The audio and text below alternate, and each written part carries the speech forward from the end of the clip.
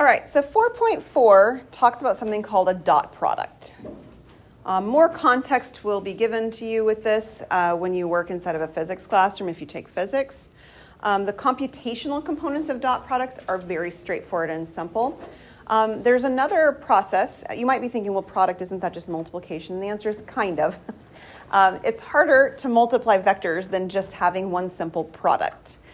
This is one of the products that you get when you multiply vectors. It's called a dot product. The other product that you get when you multiply vectors is called a cross product. These ideas show up, those two components of it, in physics, and they show up in calculus as well, later on in calculus. It's in our Calc 3 course. Some universities, it's in their Calc 2 course. It just depends, okay? So this is one of the products for vectors, dot product, and it's the simpler of the two. So the dot product looks like this. If we have two vectors, AI plus BJ and CI plus DJ. Okay, so two vectors in these rectangular component forms, just like we talked about in section 4.3, and we find their dot product. What we do is we multiply their horizontal components, the x components, which is A and C, and we multiply their y components, or their vertical components, which is D and B here, and then we add that together. Notice what this gives you at the end. This piece over here at the end is a scalar. Remember, scalars mean numbers. So I'm in the dot product. I multiply two vectors, and I get a number. Okay?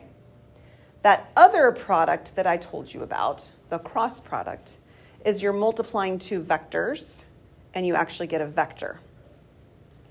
And it is a much more complicated process to do that than to do this one. And we'll see a little bit of what this finds out for us when we talk on Monday. But there's more components to it in physics and in calculus, okay? All right. So the process itself, again, is an algebra process. In fact, it's not even really algebra. It's arithmetic, like third grade kind of stuff, right? We're multiplying and adding things. That's all we're going to be doing for dot products. There's a little bit at the end of this lesson that involves some trig with some sine or cosine involved. But the part for today is just computational math. All right? So we're going to take a look at two vectors. Our vectors u and v. U is 2i plus 3j. V is negative 6i plus j. And we're finding two dot products. We're finding the dot product of v dot u, and we're going to find u dot v. Okay? So we're going to find two dot products. So the first one it says to do is v dot u. So v dot u means taking the x component of v, which is negative 6, times the x component of u, which is 2, plus the y component of v, which is 1, right? It doesn't actually say it, but there's an understood 1 here, right? Okay? And multiplying it by the y component of u, which is 3. All right, negative 6 times 2 is negative 12. 3 times 1 is 3, and if I add these together, I get negative 9. I get a number. Now let's do the opposite one that it asked us for, which is u dot w. I take the x component of u, that's 2, times the x component of v which is negative 6, plus the y component of u, which is 3, times the y component of v, which is 1. 2 times negative 6 is negative 12, and 3 times 1 is 3, for a grand total of negative 9. And what we just did, this is not a proof, but what we just did as a by example is we just found out that the dot product is commutative. Okay, good grief. There we go. My pen doesn't want to work right. Right? It doesn't matter what the order is. That should make sense. Because it doesn't matter what order we multiply things or add things in, right? If I multiply 3 times 5, I get the same thing as multiplying 5 times 3. So the order of the multiplication, which is the only thing I switched here, right? All I did was change the order that I multiplied the numbers in, or at least wrote them down to multiply them in. That's not going to change the value at the end. Does that make sense? So this is actually a commutative process. Now, take a look at this one. This one wants us to do the same dot product stuff, except what do you see happening here instead? Or in addition, I should say. There's a scalar multiple of it, right? I have the number 4, and then I have the vectors u and v again here, u and v. And it says that I'm supposed to do, again, the grouping here, says that I'm going to do 4 times the vector u. And then I'm going to do the dot v part. So we're going to do this a step at a time. So this is 4 times the vector u. Well, the vector u is 2I minus 5j.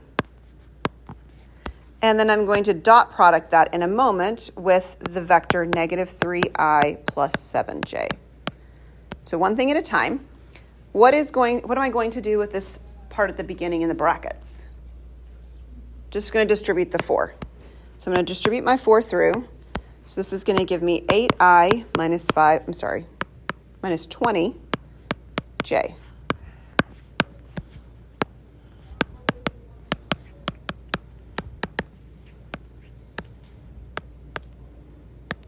Okay, I think I got all my vectors on there now.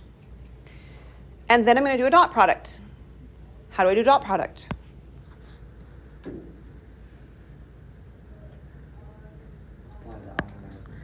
Right, multiply the i's, so that's 8 and negative 3, plus multiply the j's, that's negative 20 and 7. So what is 8 times negative 3? Negative 24. And negative 20 times 7? Negative 140. And if I combine these, I get negative 164. Right, don't everybody talk at once. Negative 164. I want to pause for a second with you and try something else. I'd like for us to find 4 and u dot v. In other words, I'd like to change where the parentheses are and regroup them. Okay? So let's give it a go. 4 on the outside. U times v means I'm multiplying the x components, so it's 2 and negative 3. And then plus, and I'm multiplying the j components, which is negative 5 and 7. All right, so 2 times negative 3 is negative 6. Negative 5 times 7 is negative 35. What is negative 6 minus 35? 41. Negative 41. And what is 4 times negative 41? It is definitely negative 164, yeah. So here's the deal. There's an associative property going on here too, right? The 4 doesn't matter if it's multiplied by u and then dot producted. I don't think you can do that with that verb, but we're going to pretend like you can. It's dot producted with the v. Or you could actually have, we're not going to do it, but you could have multiplied the 4 times v first if you wanted to, and then done the dot product with the u. And every single time, no matter what order you do this in, because things are commutative and because things are associative, because all we're really dealing with is the real numbers, it's going to end up giving you negative 164. Interesting, right? Yeah, the orders of things don't matter. And we take it for granted all the time with mathematics, but there are places where orders do matter. They just don't matter here. All right, one more example. We're going to do v dot u and v dot w. Okay? So we just did a v dot u, or an example of that a moment ago. So we're going to take 2 times negative 3 and negative 5 times 7. That's the part we did before. So this piece right here goes with this piece. And then I'll do the other piece in yellow just to specify. Now I'm going to do v dot w. So v is negative 3 for the x, or for the I component, and negative 1 for the I component on w, plus j component. I have a 7 for v, and I have a negative 6 for w. And that's the second component. All right, 2 times negative 3, that's negative 6. Negative 5 times 7, that's negative 35. We did that one before. On the second component, I have negative 3 times negative 1 is 3. And 7 times negative 6 is negative 42. And this was negative 41 plus, what do you have over here? Oh, it's going to be a minus. Minus what? 39. This gives me what? It is negative 80. Okay, that's all well and good. It works just fine. But I want to show you something else. You ready to see? We're going to do something different. We're going to do this. Okay. I'm going to do it in a slightly different order. It kind of looks like I've undistributed or factored or unfoiled the V, right? Let's give it a try. All right, vector addition on the inside now. It's not the dot product on the inside, it's addition. So the U components, U is 2I minus 5J, and then W is negative I minus 6J. So I've still got the V on the outside. There's a dot that I missed there, I'm so sorry. So this is going to be 2I and negative I, that's I. And then negative 5I and negative 6I is negative 11I, or J, so those are J's, negative 11J.